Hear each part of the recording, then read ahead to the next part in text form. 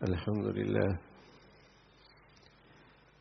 لله والصلاة والسلام على سيدنا محمد وعلى آله وأصحابه أجمعين. الحمد لله والصلاة والسلام على سيدنا محمد وعلى آله وأصحابه أجمعين. أما بعد، فأعوذ بالله من الشيطان الرجيم. بسم الله الرحمن الرحيم. اهدنا الصراط المستقيم صراط الذين أنعمت عليهم غير المغضوب عليهم ولا الضالين. صدق الله العظيم. اللهم صل على سيدنا محمد وعلى آل سيدنا محمد وبارك وسلم. اللهم صل على سيدنا محمد النبي الأمي وعلى آله وأصحابه وسلم. میرے معزز مسلمان بزرگوں، عزیز بھائیوں، یہ ایک التجا اور دعا ہے جو ایک مسلمان اللہ کی بارگاہ میں دن میں بارہا کرتا ہے اور کہتا ہے اہدنا الصراط المستقیم، چلا ہم کو راستہ سیدھا. اے اللہ، چلا ہم کو راستہ سیدھا، صراط المستقیم. یہ صراط مستقیم جادہ شریعت ہے، راہ شریعت ہے، شریعت کا راستہ، اللہ تعالی کی وحدانیت کا راستہ، عدل و انصاف کا راستہ. اور سچ یہ ہے کہ دنیا آخرت کی فلاح کا راستہ. یہ بارہا ہم دعا کرتے ہیں اللہ تعالی سے، اور اس صراط مستقیم کی وضاحت ہے کہ اس نمونہ اس صراط مستقیم کا جو اس راستے پہ چل کر کامیاب ہوئے، بامراد ہوئے، الذین انعمت علیہم، ان لوگوں کا راستہ جن پر آپ نے انعام فرمایا. گویا کہ یوں کہتے ہیں کہ جن پر اللہ کا انعام ہے وہ ہیں انعم اللہ، النبیین والصدیقین والشہداء والصالحین. گویا کہ اللہ کی بارگاہ میں ہم یہ کہتے ہیں کہ اے اللہ، نبیوں کا راستہ، صدیقین کا راستہ، شہدائے حق جنہوں نے تیرے خاطر جانیں دی ہیں ان کا راستہ، اور صالحین اور نیک لوگوں کا راستہ. یہ صراط مستقیم کے بہترین نمونہ ہے. کتاب اللہ بھی ہے، اللہ تعالیٰ کی کتاب بھی صراط مستقیم کی راہ دکھاتی ہے، لیکن اس کے لیے ایک نمونہ بھی چاہیے کہ کچھ عملی کردار بھی چاہیے. جنہوں نے اس صراط مستقیم پہ عمل کیا اور کامیاب ہوئے تو ان کا تذکرہ فرمایا کہ وہ نبی ہیں، صدیقین ہیں، شہداء ہیں، صالحین ہیں. صراط مستقیم کی وضاحت کے لیے اتنا ہی کافی نہیں تھا، اس سے آگے بھی وضاحت کی کہ صراط مستقیم کا ایک پہلو تو مثبت ہے کہ یہ ہے اس کا بہترین نمونہ، اور ایک پہلو اس کا منفی بھی ہے کہ ان کے راستے پہ نہ چلنا، پھر راہ حق سے ہٹ جاؤ گے. اور وہ کون ہیں؟ ضالین، مغضوب علیہم ولا الضالین. تو صراط مستقیم نبیوں کا راستہ وہ مغضوب کا راستہ نہیں، ضالین کا راستہ نہیں.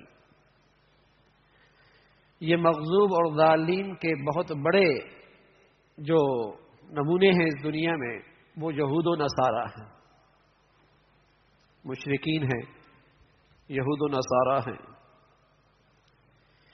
گویا کہ ہم دن میں مسلمان دسیوں بار یہ دعا کرتا ہے کہ اے اللہ نبیوں کے راستے پہ، صدیقین کے راستے پہ، یہود و نصارہ کے راستے پہ نہیں۔ اس سورت کا ایک نام جہاں سورت الدعا ہے، وہاں اس سورت کا ایک نام حمد بھی ہے، تعریف، شکر بھی،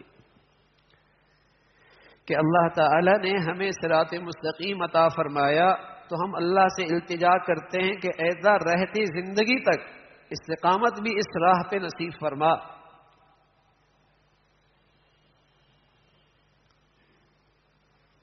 کہ ہماری زندگیوں کا نمونہ حضرات انبیاء علیہ الصلاۃ والسلام ہو، اور ہمارے طرز زندگی میں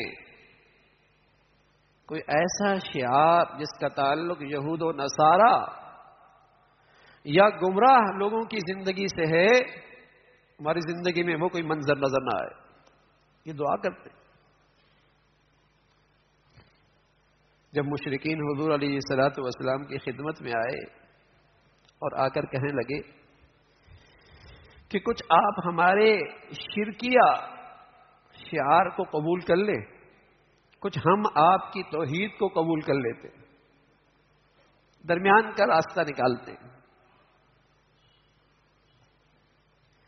کچھ آپ ہمارے شرکیہ شعار کو قبول کر لیں اور کچھ ہم آپ کے توحید کو قبول کر لیتے، کچھ درمیان کا راستہ نکالا جا سکتا۔ تو آپ علیہ الصلوۃ والسلام پر قرآن کی آیت اتری، انہیں کہہ دو لکم دینکم ولی دین، تمہارا دین الگ ہے، ہمارا دین الگ ہے۔ کہ توحید پرست شرک نہیں کر سکتے، اور جب تک مشرک مشرک ہوتا ہے وہ توحید پرست نہیں ہو سکتا۔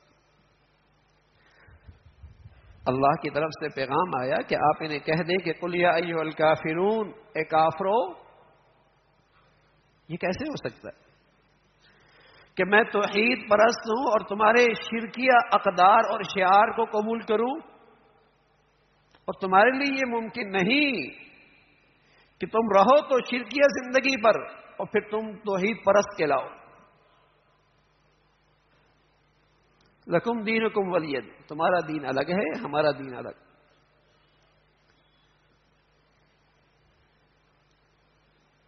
یہ اس لیے عرض کر رہا ہوں کہ اسلام ایک عدل کا نظام ہے، جہاں وہ اپنے پیروکاروں کو حقوق دیتا ہے وہاں وہ اقلیتوں کو بھی حقوق اور تحفظ دیتا ہے۔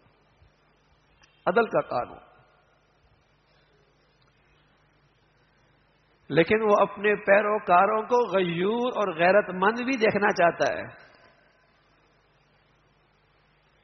کہ تم خدا پرست ہو، توحید پرست ہو، اس توحید کے ساتھ تم کسی کافر اور مشرک کے شعار کو اپناؤ، یہ تمہاری غیرت ایمانیت کے خلاف ہے۔ اسلام کا قانون عدل تو ایسا ہے کہ جیسے جان، مال، عزت، آبرو ایک مسلمان کی قیمتی ہے اور اس کا تحفظ ہے، ایسی اقلیت کی بھی جان، مال، عزت، آبرو کا تحفظ اسلام دیتا، اس کی بھی وہی قیمت۔ لیکن جہاں تک صراط مستقیم ہے اس کی حدود ہیں، جہاں تک اسلام ہے اس کی ایک حد ہے، اس کے آگے کفر شروع ہوتا ہے، شرک شروع ہوتا ہے۔ یہودی شرک کر رہے ہیں، عیسائی شرک کرتے ہیں۔ وقالت الیہود عزیر ابن اللہ، یہودی کہتے ہیں عزیر اللہ کا بیٹا ہے۔ وقالت النصارى المسیح ابن اللہ، عیسائی کہتے ہیں کہ عیسیٰ علیہ الصلوۃ والسلام اللہ کے بیٹے۔ اللہ میاں کہہ رہے ذالک قولہم بافواہہم، یہ ان کی منہ کی باتیں ہیں، اس کا حقیقت سے کوئی تعلق نہیں۔ یضاہئون قول الذین کفروا من قبل، یہ وہی باتیں کر رہے ہیں جو اس سے پہلے کافروں نے کی، کہ مشرک کہا کرتے تھے کہ فرشتے اللہ کی بیٹیاں ہیں، مشرک کہا کرتے تھے فرشتے اللہ کی بیٹیاں ہیں، کچھ کہتے تھے منات اور عزا اللہ کی اولاد ہے۔ عیسائی کہتے ہیں عیسیٰ علیہ السلام اللہ کا بیٹا ہے، اللہ ہے، اللہ کا حصہ ہے۔ شرک ہے۔ کرسمس یہ عیسائی دنیا کی عید ہے، اور اس عید کی بنیاد شرک ہے۔ اس عید کی بنیاد شرک ہے۔ وہ اپنے مذہب کے لحاظ سے عبادت کرے، لکم دینکم ولی دین، تمہارا دین تمہارا، ہمارا دین الگ۔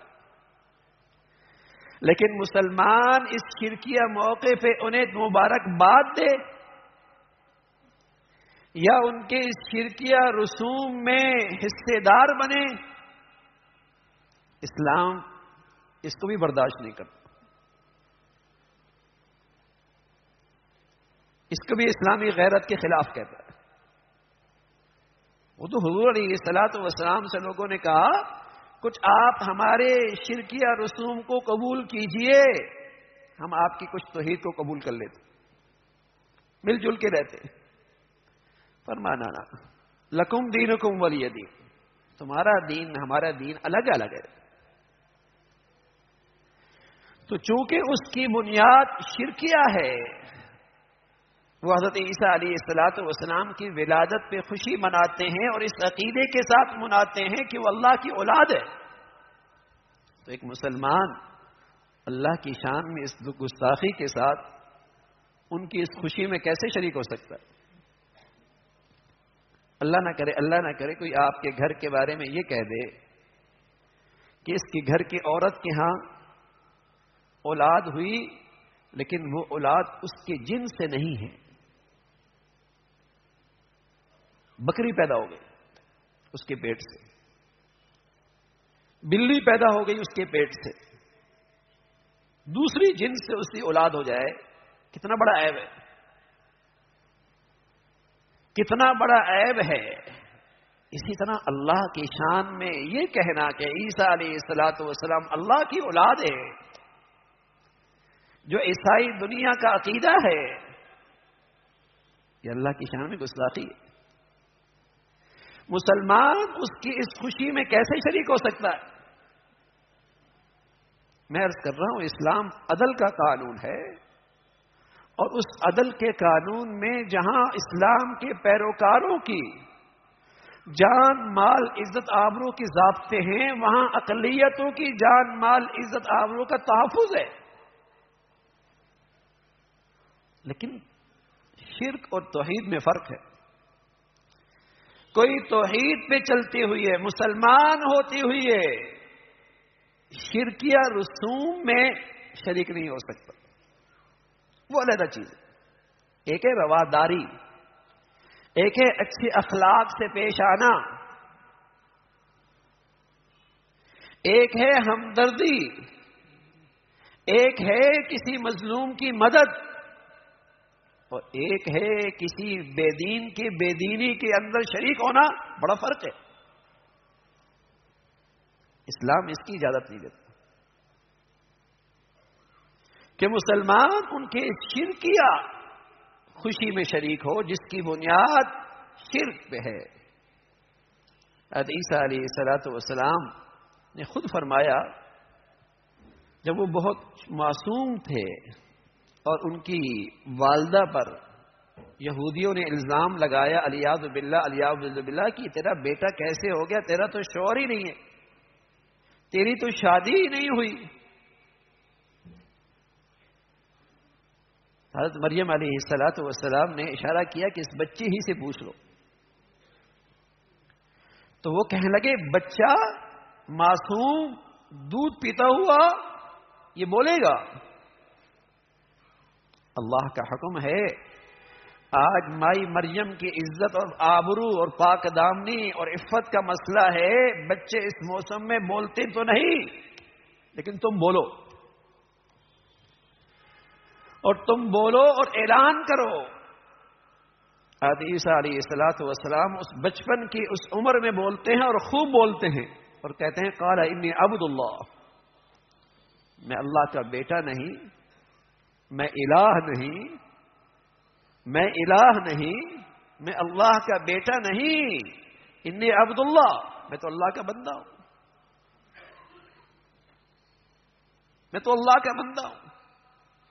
قال انی عبد اللہ، میں تو اللہ کا بندہ ہوں، اور خوب بولے کہ وجعلنی مبارکا اینما کنت واوصانی بالصلاۃ والزکاۃ ما دمت حیا، اللہ نے مجھے یہ شان عطا فرمائی ہے، مجھے عزت اور مرتبہ عطا فرمایا ہے، میں اللہ کا پیغمبر ہوں، میں اللہ کا رسول ہوں، میں اللہ کا فرما بردار ہوں۔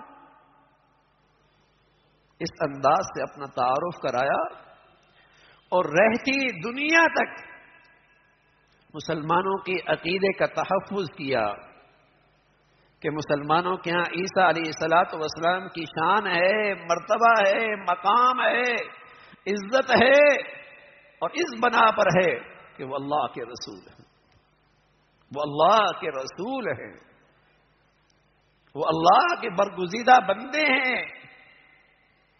یہ مسلمانوں کا نظریہ اور عقیدہ ہے۔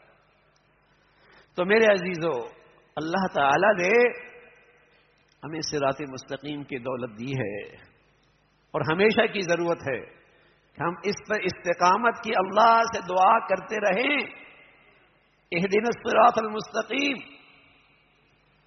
اور اس راہ پہ چلنے کے لیے اللہ کے نیک بندوں کی، حضرات انبیاء علیہ السلام کے نمونے کو دیکھیں،